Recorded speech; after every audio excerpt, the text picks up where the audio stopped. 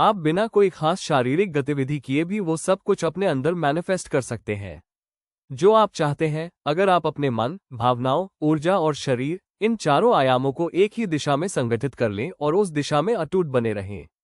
सोचिए, अगर आपका पूरा अस्तित्व एक लक्ष्य की ओर जुड़ जाए तो क्या कुछ असंभव रह जाएगा? आप सोच सकते हैं, शिव आएंगे और मेरा घर बना देंगे, लेकिन नहीं, ऐसा नहीं होगा। ईश्वर आपकी जगह कुछ नहीं करेगा। आप ही अपने जीवन के निर्माता हैं, कोई और नहीं। और एक बात जो आज तक नहीं हुआ, वो कल हो ही सकता है। इंसानी मस्तिष्क की शक्ति बेहद अद्भुत है। हमारी सभी बनाई हुई चीजें पहले हमारे मन में शुद्ध रूप से अस्तित्व में आईं, फिर उन्हें हमने दुनिया में उतारा। चाहे अच्छे कार्य हों, चाहे बुरे, ये सब मन से ही शुरू होता है। आपके विचार ही आपकी वास्तविकता की पहली ईंट है। इसलिए सबसे पहले हमें यही सीखना चाहिए, हम जो दुनिया बनाना चाहते हैं उसे हम कैसे बनाते हैं, और इसके लिए सबसे जरूरी है हमारे मन को हम कैसे रखते हैं। यदि मन को दिशा रहित छोड़ दिया तो निर्माण भी अनियंत्रित और बेतरतीब होगा। दिशा के बिना ऊर्जा तूफान बन जाती है, दिशा के साथ वही ऊर्जा चमत्कार बन जाती है। ये सब कहानी की तरह नहीं है, बल्कि यह कथा एक योग कथा से ली गई है। एक व्यक्ति जो गलती से स्वर्ग में पहुंच जाता है, वहां वो आलस्य की वाटिका में बैठता है, पानी चाहता है, पानी आता है, खाना चाहता है, खाना मिल जाता है। लेकिन जैसे ही उसने मानसिकता बदली, डर की कल्पना की, उसने भूत मांगा, उसे मिला। उसने मृत्यु की कल्पना की, मृत्यु हो गई। यही है मन की शक्ति। जो सोचो वही होता है, चाहे वो आपकी चाहत हो या आपका डर। यह इस बात का प्रतीक है कि हमारा मन जिस ओर केंद्रित होता है वही हमारी वास्तविकता बन जाती है।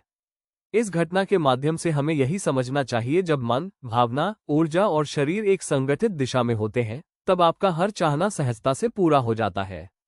इसे योग में कल्पवृक्ष कहते हैं, वो वृक्ष जो सब कुछ मनचाहा देता है।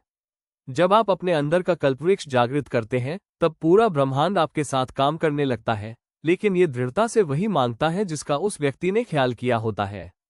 लेकिन जब ये शक्ति आपके पास हो तो जिम्मेदारी भी साथ जरूर आती है। यदि आपका मन, भावनाएं, ऊर्जा और क्रिया सही दिशा में केंद्रित नहीं है तो वो शक्ति विनाशक हो सकती है। आज तकनीक और सुविधा का युग है, लेकिन वह अक्सर हमारे लिए वरदान का स्थान नहीं, अभिशाप बन जाता है जब हम बिना चेतना के सिर्फ कंपल्सिवली सक्रिय रहते हैं।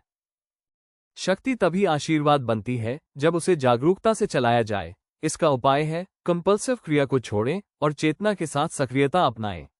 ये जागरूक सक्रियता ही आपका मन शांत करती है और ऊर्जा को निश्चित दिशा देती है। याद रखिए, रुककर सोचना आगे बढ़ने का पहला कदम है। विश्वास, इसके बिना कोई शक्ति काम नहीं करती। अगर मन लगातार कहता है ये संभव नहीं है, मैं नहीं कर सकता, तो यही ऊर्जा वापस लौटती है।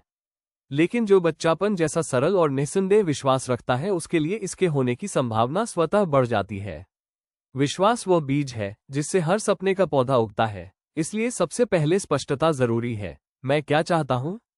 यदि यह स्पष्ट नहीं तो मैनिफेस्ट करना संभव नहीं। हर इंसान मूलतः वही चाहता है, सुख, शांति, प्रेम, आनंद। ये सब प्लेजेंटनेस की चाह है, अपने अंदर और अपने चारों ओर। जब आप भीतर रोशनी जलाते हैं तो बाहर की दुनिया भी चमकने लगती है। यदि आप दिन में 100 बार गिरते भी हैं, कोई बात नहीं। कमिटेड मन के लिए गिरना विफलता नहीं, सीख है।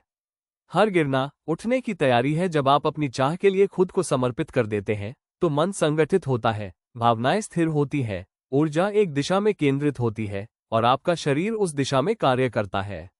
ऐसे समय में आपकी मैनिफेस्टिंग शक्ति अद्भुत हो जाती है, क्योंकि आपके भीतर वही सृजन का स्रोत सक्रिय होता है जिसने ब्रह्मांड को जन्म भी दिया था। आपके भीतर का सृजनकर्ता सोया नहीं है, बस उसे जगह दीजिए। आपको बस उस स्रोत तक पहुंच बनाए रखनी है और आपके सपने सरलता से पूर्ण होने लगेंगे। याद रखिए, आपकी सोच ही आपका कल है। सब्सक्राइब करना ना भूलें और ये वीडियो को अपने फ्रेंड, रिश्तेदारों में जरूर शेयर कीजिए।